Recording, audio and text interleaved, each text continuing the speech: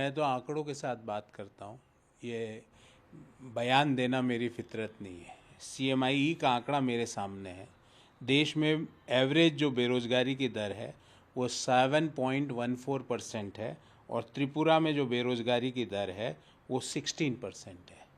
अब ये बताइए गृह मंत्री जी कि ये आंकड़े जो आप कह रहे हो उसका बिल्कुल अपोजिट बात करें कि देश में जो बेरोज़गारी की दर है उससे लगभग 3 गुना ज़्यादा बेरोज़गारी की दर त्रिपुरा में है। गृह मंत्री जी आप तो बोल रहे हैं कि हमने तो विकास कर लिया, तो ये बेरोज़गारी की दर त्रिपुरा में 3 गुना देश के एवरेज से 2.25 गुना ज़्यादा क्यों है? वैसे के वैसे देश में बेरोज़गारी की दर है 7.25% और जम्मू कश्मीर में जो बेरोज़गारी की दर है वो 21.8% है।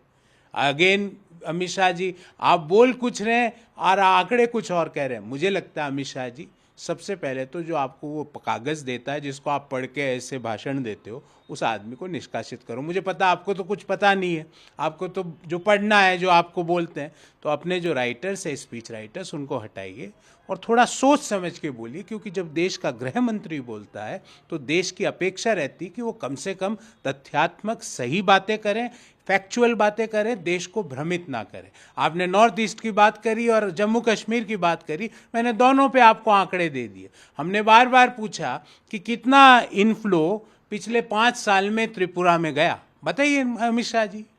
कितना इनफ्लो दूसरे राज्यों का जम्मू कश्मीर में गया, बताइए अमित शाह जी।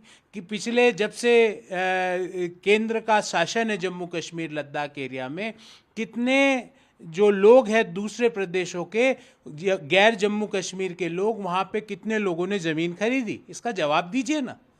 तो आप ये जो मतलब भ्रम और झूठ और असत्य का प्रयोग भारत के गृह मंत्री को, उस पद पर बैठे व्यक्ति को जहाँ सरदार पटेल साहब बैठते थे, उस शोभा नहीं देता। कि आपने कई चीज़ें बोली पर डाटा, मैं तो डाटा फैक्चुअल बात करता हूँ। नागालैंड में कितना इनफ्लो पहले से ज़्यादा आज गया, आप देश को बताइए। नागालैंड में कितनी नौकरियों का सृजन हुआ, देश को बताइए।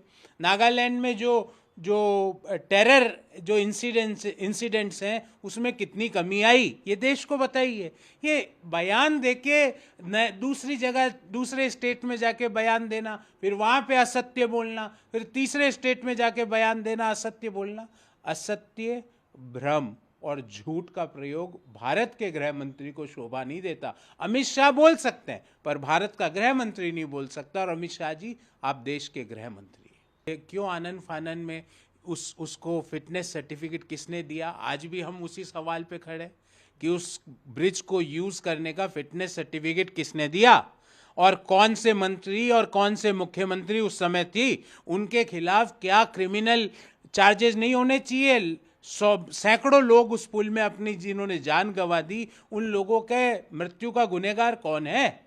कि जंग लगे हुए तारों का आपने फिटनेस सर्टिफिकेट दे दिया। आनन फानन में उस पुल को आचार संहिता लगने से पहले ऐसी क्या जल्दबाजी थी कि उस पुल को खोला गया? कौन उस समय मुख्यमंत्री थे? कौन उस पुल के इंचार्ज मंत्री थे? कौन उस समय के वहाँ के MLA हैं? कौन उस जगह का मेयर है? उन सबके खिलाफ क्या क्रिमिनल चार्जेस नहीं चलने चाहिए?